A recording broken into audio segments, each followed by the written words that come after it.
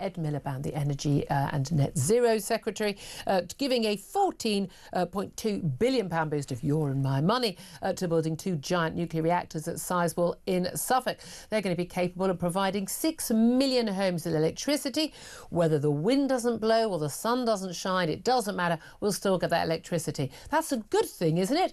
We should be welcoming that. Maybe we shouldn't bother with the solar panels and the wind turbines that don't work all the time and just stick with the electricity from the nuclear power stations. I wonder what my next guest thinks. He's Donnachadh McCarthy, Director of Climate Media Coalition. Donnachadh, very good morning to you. Good morning, Julia. How are you? Very well indeed. Like, you love a bit of clean energy. You live for clean energy, Donnachadh. Nuclear power, absolutely clean, renewable energy. What's not to like about this announcement?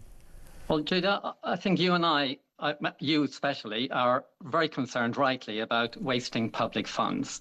I cannot think of a single decision worse than spending £40 billion on a type of nuclear reactor that the EDF have completely failed to build one, yet on time or on budget.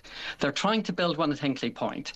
It's 15 years overdue. Yep. It's 3 times the cost.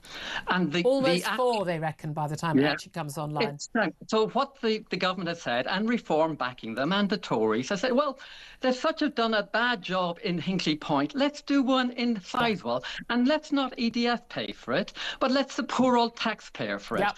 I hope to God that you and I are on the same page on this. No. This is an insane waste of public money. No, you said you can't think of a bigger waste of money. Yeah, I can. Wind turbines and solar panels and subsidies for so-called green renewable energy, which isn't reliable and secure. I mean, have you been to Portugal and Spain? Did you see what happened to them for 24 hours or so when they lost all their energy for that period of time because they were so reliant on renewables? That's what happens. Wouldn't it be better? Get rid of the coal. If you want electricity that's not reliant on gas, that's fine. Let's get it from nuclear power. It's clean, it's reliable, it's secure. What's not to like, Donnachadh? Let's spend the money on the stuff that works. Well, I think it's really interesting. After years of listening to you, wasting public funds, you are proposing to go down the route of the most expensive electricity on the planet. One statistic is extraordinary. You aware of, about not Sizewell, Sellafield. Yeah. Sellafield is a closed nuclear power station. Do you know how much it is the source of 90% of our subsidy going to energy goes to a closed nuclear power station. It's got 12,000 people, Julia. 12,000 people working in Sellafield to try and stop it and keep it safe and stop it leaking. And they are failing. And so now we're going to produce another one that we're going to leave to our children to pay. They always get the children in. You always get the children. Do you know what children like? Electricity that works all the time, so they can charge their phones. Do you believe in investing in the most expensive? Here's the thing. There's no doubt at all. We are really bad at every construction project in this country. There are 2 things we're really bad at. One is getting them through planning and getting them started in the first place. And the second is bringing them in on time and on cost. Now, our costs of building nuclear reactors are like 4 times what it is in South Korea. It's the most expensive in the world. And one of the reasons it is because we're just bloody awful at this stuff in this country. But crucially also because we don't have the expertise. We have to import it in. So we stupidly don't go, hey, France, you've been building nuclear power stations for ages and you've got a template and you build them en masse. Can we have your template and then we'll just do exactly the same here? And then we don't build enough to get economies of scale. There are plenty of ways of making this cheaper, Donnachadh, but we need to build more of them to do that. Julia, just have this conversation based on facts. Just take what you just said. You said, why don't we go to France, who build loads of nuclear power stations, ask them to come here, give us their expertise and build it. That is exactly what we did. No, we didn't. Then we changed the plans. ADF came over and they're building Hinkley. EDF have built 3 of these. One in Finland, one in Flammable in France, and one in Hinkley Point. EDF, the French company with all this expertise, has failed 3 times. Now, you talk about being dependable. What happened 2 years ago in France? 50%, nearly 80% of their energy comes from nuclear. 50% of their nuclear plant went down for different reasons, one of which was environmental. They ran out of water. Now, the reason why the planning inspector in this country said no to Sizewell, but was overruled by the Tories. They said there isn't enough water in East Anglia to supply Sizewell's sea. Don't they use the sea? They use 2 types of water. They use seawater for cooling. We're running out of seawater now. But no, they use seawater for cooling, but they use 2 million litres of water a day of fresh water for other uses to maintain the plant. And we don't have that in East Anglia. And the minister overruled it, which is insane, because that's why the plants went down in France. There are so many, and you talk about independence. Who controls the global budget for nuclear fuel? Who controls it? Russia. Russia. Oh. Russia and its minions. Why? Its satellite states. They control 60% of the uranium, and so they control the market. So therefore, it's not independent. But now you talk about I thought China bought everything up.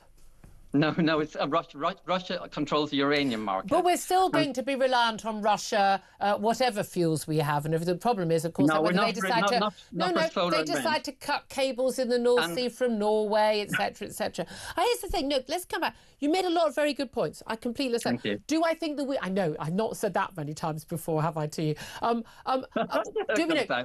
Is nuclear power a good thing in principle? Yes. Is it a good thing in practice in most countries? Yes. Do we do things really badly, very slowly, and not often enough, and very expensively in this country? Yes, I accept all those points. However, we do need to have electricity. I know, Donnachadh, that you want us all to basically crouch down in caves over little fires for the rest of our lives, with our Hessian blankets over us. The rest of us want to lead 21st century lives with energy that's reliable. So. My house is 21st century. Okay. In fact, my house is much more modern than yours, because my house provides its own electricity. I live in a beautiful Victorian conversion. I'm very happy about it. I live in a converted Victorian house as well. That has no electricity bill. I'd make a profit. Since February 15th, I haven't bought a single kilowatt of electricity because I have battery and solar. I want that for you. I want it for the country, and it's possible. I don't. In Germany and in Britain, since we increased, they all said if we take off coal, it'll become less dependable. Actually, the national grid said we have become more dependable the more renewables that we've had. No, that's simply. We haven't because we can't store. Oh, we've had this conversation so many times, and the facts don't change. We can't had no blackouts. Store the energy. It's we had to buy, wasn't it like 20 million quid a minute or something ridiculous? We had to buy power from gas because we almost faced blackouts a few months ago. Britain has expensive electricity because unlike other European countries, the marginal price of electricity is set 98% of the time by gas. On the gas, yes. And again, we're reliant on global gas prices. Yada, yada. At the end of the day, it's cheaper. Donnachadh, put a full stop in it. Put a full stop in it. At the end of the day, if the sun always shone and if the wind always blew, and it doesn't, and if we could, because at night time, solar power, be quiet. It heats my house and cooks my food. If the sun always shone and the wind always blew, and we were able to store that solar and wind power as long as we wanted and travel, we can't and we don't, then that's great. But we can't and we don't. And you saw what happened in Spain and Portugal. What if that happened? Donnachadh, I'll shut up when you're speaking. If what had happened in Spain and Portugal had happened on a cold winter's night in England, what would we have done? We have had blackouts in the last 5 years in Britain. What happened? It was a gas plant went down. 3 years ago. But not as a point of deliberate policy. We are more dependable. Answer my question. My answer is that the grid has become more dependable the more renewables that we've added. We've been saying for 15 years we'll have blackouts. It hasn't happened, but you're right. It happened. It happened in Spain and Portugal. We do need more storage. What I would do with this money... it happened in Spain and Portugal. What would have happened if it had happened on a cold winter's night here? It wasn't renewables in Spain and Portugal. We It was. don't know. That's It hasn't exactly what actually. they. There's That's been no exactly what official it was. account yet. There's no official account That saying what is it was. exactly But we what do the need energy to do grid that. company, the energy grid bosses in What I Spain would and like, Portugal have said that's what it is. what I would like to see happen in Britain is this 40 billion that government's wasting on a plant that has never worked in three other countries is to invest that money in insulation for people's homes, renewables for homes, and batteries. So we bring down the cost for homeowners. That's crucial. I think you should support that. Oh, not no. support an energy that increases the bills. Nuclear increases home bills, honestly. Honestly, Donnachadh, I think, with all due respect, I think you just make a lot of this stuff up. I really do. Donnachadh McCarthy, I have to leave it there. Times Against, Director of Climate Media Coalition.